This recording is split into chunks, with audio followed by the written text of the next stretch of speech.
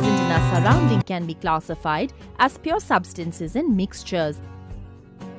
A mixture is a combination of two or more substances which are not chemically the same and do not chemically react together. A mixture has the same properties as that of its component elements and can be separated by physical means. In a mixture of sugar and sand, even if we increase the volume of sugar or sand, the mixture remains the same. So it implies that in a mixture the components can be present in any proportions. When we dissolve common salt in a glass of water, we will obtain salt solution. Similarly, put some mud in a glass containing water and stir it well. We will obtain a mixture with the solid particles of mud dispersed in water. By carefully observing, you will find that in common salt solution, no salt particles settle down to the bottom of the glass. But in the glass containing muddy water, some solid particles settle down to the bottom of the glass. This explains that mixtures have different compositions. Accordingly, mixtures can be classified as homogeneous and heterogeneous. A homogeneous mixture has the same uniform appearance and composition throughout. Many homogeneous mixtures are commonly referred to as solutions. A solution is a mixture of two or more substances in a single phase. The substance in the largest amount is called solvent and the substance in the smallest amount is called solute. Now, consider the case of the common salt solution we have prepared. Here, water is the solvent and salt is the solute. Homogeneous solutions are classified as different types based on the solvent and the solute. 1. Liquid in liquid solution. 2. Solid in liquid solution. 3. Gas in liquid solution. In a solution of vinegar in water, both the solvent and solute are liquids, hence it is a liquid in liquid solution. In the case of common salt solution, it is a solid in liquid solution. The best example of gas in liquid solution is soda water. Soda water contains carbon dioxide gas. Let's understand heterogeneous solutions. Suspensions and colloids are heterogeneous mixtures. A suspension is a mixture of large particles. The size of the particles in a suspension is of the order of 10 to the power of -5 centimeters or larger. In a suspension, the solute particles do not dissolve, but they are suspended throughout the solvent. The muddy water which we prepared is a suspension. Colloids are also heterogeneous mixtures, but they appear like a homogeneous mixture. Milk is a good example of colloids. The particle size in colloids is smaller than 10 to the power of -5 centimeters. In colloids, the particles are uniformly distributed throughout the solution. Colloidal particles cannot be seen with the naked eye because of their small size, but their presence can be observed with the help of an ultramicroscope or an electron microscope. What is the effect of light in homogeneous and heterogeneous mixtures? Let us understand how light affects a colloidal solution. When egg albumin is taken in a glass beaker and some water is added to it, we get a colloidal solution of egg albumin. If we were to shine a beam of light from a torch through the beaker, the light is scattered by the colloidal particles and the path of light can therefore be observed. The light scattering effect. In the case of a suspension, light does not pass through it. In a true solution of salt in water, we will not see the path of light as there is little scattering of light. Things to remember. Mixtures are composed of variable proportions of different substances without chemical bonding and have the same properties as that of its component elements. Homogeneous mixtures have the same uniform composition and appearance throughout, whereas heterogeneous mixtures consist of visibly different substances or phases. A solution is a homogeneous mixture of two or more substances, and the substance present in the largest amount is called solvent, and that present in the smallest amount is called the solute. Suspensions are a heterogeneous mixture of large particles on the order of 10 to the power of -5 in which the solute particles are suspended throughout the solvent. Colloids are heterogeneous mixtures in which the particles are uniformly distributed throughout the solution and the particle size is smaller than 10 to the power of -5 centimeters. The light scattering effect shown by particles in a colloid is known as Tyndall effect.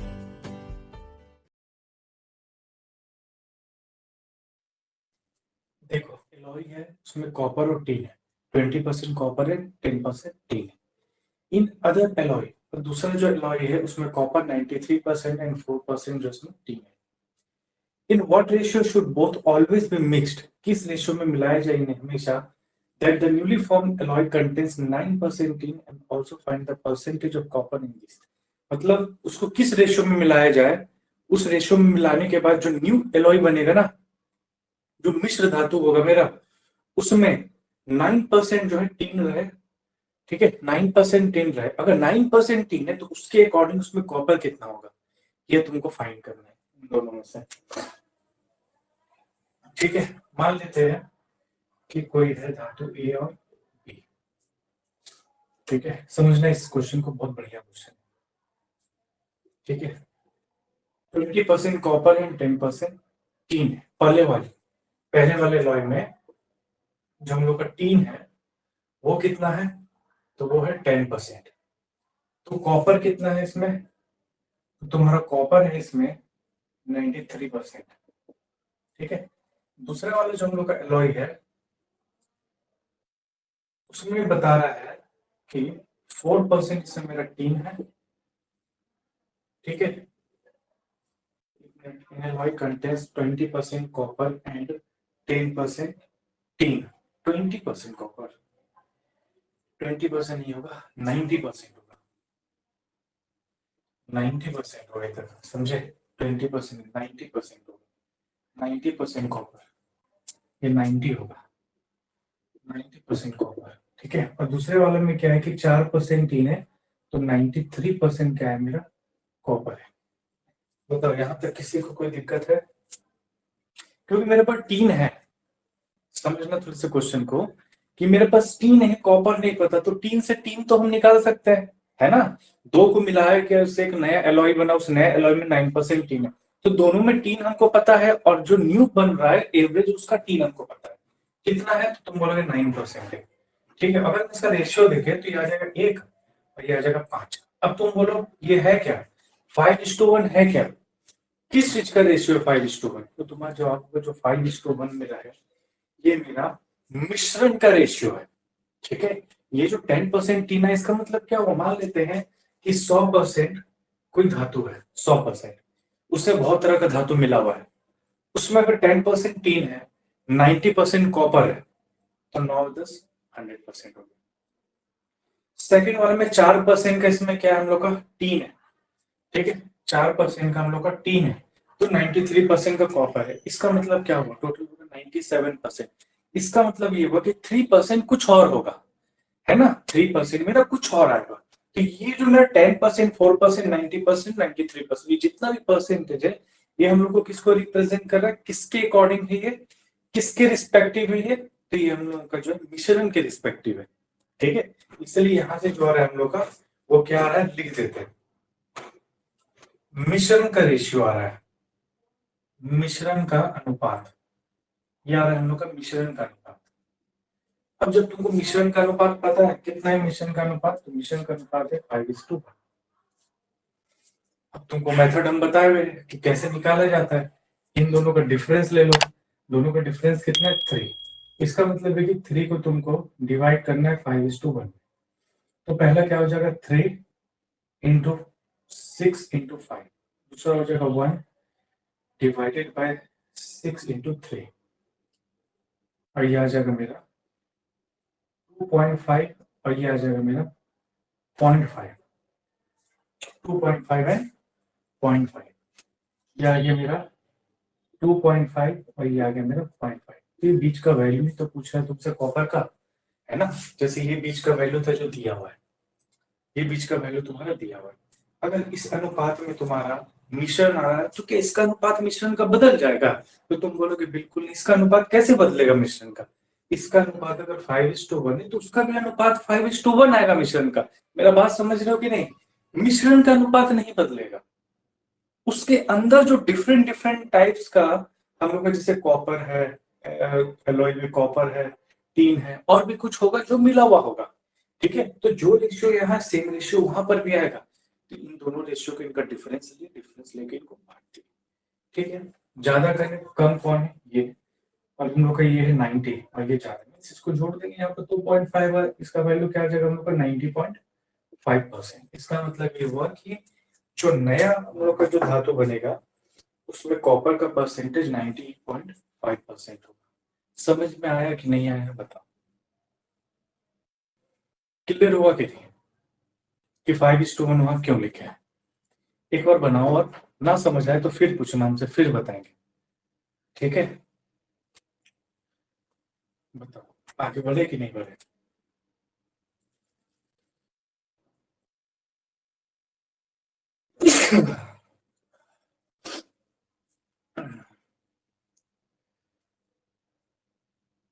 चलो देखो, कोई बात नहीं, फिर से बता देते। दो एलॉय है, हम मान ली कि एलॉय ए एलॉय बी, हम क्या कि एलॉय ए और एलॉय बी से कॉपर और टीन को अलग कर दी, क्योंकि हमको यहाँ पर क्या पूछ रहा है कि एक नया एलॉय बनाएंगे, उसमें 9% टीन है, तो दोनों एलॉय में हमको टीन दे दिया है, तो टीन टीन टीन करके हम यहाँ पर मिश्रण का रेशियो निकाल दी, एक्चुअल मिश्रण का रेशियो, क्योंकि ये हम लोग को किसके रिस्पेक्टिव है? ये हम लोग को रिस्पेक्टिव है मिश्रण के। ये बोला जा रहा है कि 4%, तो 4% कितना? अगर हम मान ले कि मिश्रण 100 है तो उसका 4% टीन, तो यहाँ जो रेशियो आएगा हम लोग का मिश्रण का आएगा, तो मिश्रण का रेशियो चेंज नहीं होगा, कॉपर मेटल हल्का फुल्का कम ज्यादा होगा, रेशियो मिश्रण का वही रहेगा दोनों का। ठीक है, अब देखो, टीन हमको दिया हुआ है, कॉपर हमको दिया हुआ है, दोनों का कि कितना कितना कॉपर है, लेकिन उस कॉपर का जो न्यू नया एलॉय बना रहा है उसमें सिर्फ टीन दिया लेकिन कॉपर नहीं दिया, बीच वाला हमको फाइंड करना है। तो हम क्या किए कि यहाँ से मिश्रण का रेशियो निकले लिए, क्योंकि यहाँ से जो है किसके रिस्पेक्टिव था? मिश्रण के, तो यहाँ से मैं मिश्रण का रेशियो निकला, इस मिश्रण के रेशियो को हम यहाँ ले लिए 5:1, क्योंकि दोनों में रेशियो सेम होगा। अब हम लोग का मेथड जो सिखाए थे तुम लोग को, इन दोनों का जो डिफरेंस होगा 90 और 93 का जो डिफरेंस होगा, उन दोनों को हम डिवाइड कर दिए। 90 और 93 का जो डिफरेंस था उन लोग को डिवाइड कर दिया 5:1, 2.5 एंड 0.5। उसके बाद तुम लोगों को पता ही है बीच वाला वैल्यू कैसे निकाला जाता है, या तो इसमें से घटा दो या तो इसमें जोड़ दो, है ना? कम वाले में जोड़ता है, ज्यादा वाले में घटता है, तो बीच का वैल्यू आ गया। तुमसे यही तो पूछा था कि नया जो मेरा एलॉय बनेगा ना, न्यू एलॉय जो बनेगा उसमें कॉपर और जो टीन होगा, कॉपर हो जाएगा 90.5, ठीक है, टीन हो जाएगा 9%, टोटल क्या हो, कितना हो गया हम लोग का 99.5। इसका मतलब ये हुआ कि 0.5 जो आ रहा है ना, ये कुछ अदर है, ये कुछ अदर है, कुछ और कुछ मिला हुआ है, टीन कॉपर के अलावा कुछ और है। कुछ कुछ समझ में आया कि what institute coffee powder costing? एक कॉफी पाउडर है जिसका कॉस्ट दिया हुआ है 2500 रुपए, एक कॉफी पाउडर है जिसका कॉस्ट दिया हुआ है तुमको 1500 रुपए, एक कॉफी पाउडर है जिसका कॉस्ट दिया हुआ 2250। देखो इतना बड़ा कभी ना अगर माइनस करना हो तो क्या करना, जीरो जीरो और जीरो को काट देना। ठीक है, तो थोड़ा सा इजी हो जाएगा, जो करना है तीनों में करना, इस बात को ध्यान रखना। ठीक है, तो 250 ही कितना हो जाएगा हम लोग का 25, और ये 150 हो जाएगा 5, 12 पे से 5 गया 3:1, 3:1। देखो सॉल्यूशन नहीं है, दूसरा सॉल्यूशन भी है, इसमें क्या है 10% एसिड है, सॉल्यूशन बी में 30% एसिड है, और इनको मिलाकर के जो मिक्सचर तैयार किया जा रहा है उसमें 25% एसिड होना चाहिए। तो किस रेशियो में मिलाया जाए, क्वेश्चन में सिर्फ इतना है, ये 5 हो जाएगा, ये 15 हो जाएगा, तो क्या आ जाएगा हम लोग का 1:3। क्वेश्चन में कह रहा है कि 80,000 रुपए है, इस 80,000 रुपए को 3 बैंक में डाला जा रहा है। ठीक है, बैंक ए है, बैंक बी है, और एक बैंक सी है। ए जो है वो 15% के रेट से इंटरेस्ट देगा, बी 16% के, एंड सी 27% के। लेकिन कितना कितना अमाउंट डिपॉजिट किया ये हमको नहीं पता, ये हमको फाइंड करना है। Amount invested in bank A is, bank A ने जो इन्वेस्ट किया 20% of the amount invested in C, means C में जितना इन्वेस्ट किया उसका 20% उसने ए में किया, तो सी में कितना किया हमको ये नहीं पता, तो हम ये मान लेते हैं, ऐसा मानते हैं कि जो 20% इसका फ्रैक्शन वैल्यू क्या होता है, तो तुम बोलोगे 20% का फ्रैक्शन वैल्यू 1/6, इतना सी में इन्वेस्ट किया तो इतना ए में, तो ए और सी का अगर हम निकाले तो सी में अगर 5 यूनिट किया तो ए में 1 यूनिट किया। इस बात पे किसी को दिक्कत है? इस बात पे किसी को दिक्कत है तो बताओ। नहीं है, ठीक है। क्वेश्चन में ये बात क्लियर किया है कि 20% जितना सी में इन्वेस्ट किया उसका 20% ए में इन्वेस्ट कर रहा है, ठीक है। तो सी में 5 यूनिट तो ए में 1 यूनिट, हम मान लेते हैं कि एक्स एक्स से मल्टीप्लाई करते हैं, एक्स और 5x ऐसा इन्वेस्टमेंट है, तो ए में पहले एक्स यूनिट इन्वेस्टमेंट है, एक्स यूनिट इन्वेस्टमेंट है, पी टाइम कितना है 2 साल, रेट कितना है 15% अपॉन 100, प्लस बी में कितना है हम लोग का, बी का इन्वेस्टमेंट नहीं पता, सी का हमको पता, तो अगर देखो मान लेते हैं कि ए और सी का टोटल इन्वेस्टमेंट अगर हम देखें तो कितना हो रहा है यूनिट में 5x और 6x, एक्स में 6x हो रहा है, और टोटल है कितना, टोटल है 18,000, इसका मतलब कि यहाँ जो इन्वेस्टमेंट होगा, यहाँ जो इन्वेस्टमेंट होगा वो 80,000 में से 6x माइनस है कि नहीं, तो यहाँ पर जो हम लोग का पी हो जाएगा वो हो जाएगा 80,000 minus 6x P into T समय इंटू आर 16 डिवाइडेड बाय 100, और बचा सी, सी का क्या हो जाएगा, सी का हम लोग का दिया हुआ 5x इंटू 2 इंटू 27 अपॉन का 100, और टोटल जो इंटरेस्ट है वो मेरा दिया हुआ 36,400, ठीक है। यहाँ से x का वैल्यू आएगा, वैल्यू को पुट कर देंगे आंसर आ जाएगा। देखो ये तो हुआ बेसिक मेथड, लॉन्ग मेथड ऐसा जो है तुम लोग को पहले भी कराया हुआ है, ठीक है। ये कॉमन लिख करके इसका कैलकुलेशन कैसे करना, इसका बेसिक समझो, थोड़ा प्रैक्टिस करो, फिर इसका हम लोग मिश्रण बनाएंगे, ठीक है। और मिश्रण बेसिक से ही निकला इसलिए पहले बेसिक बताना जरूरी था, इसके बाद x का वैल्यू निकालना आंसर आ जाएगा। जल्दी जल्दी कुछ क्वेश्चन करवा देते हैं फिर छोड़ देंगे, ठीक है।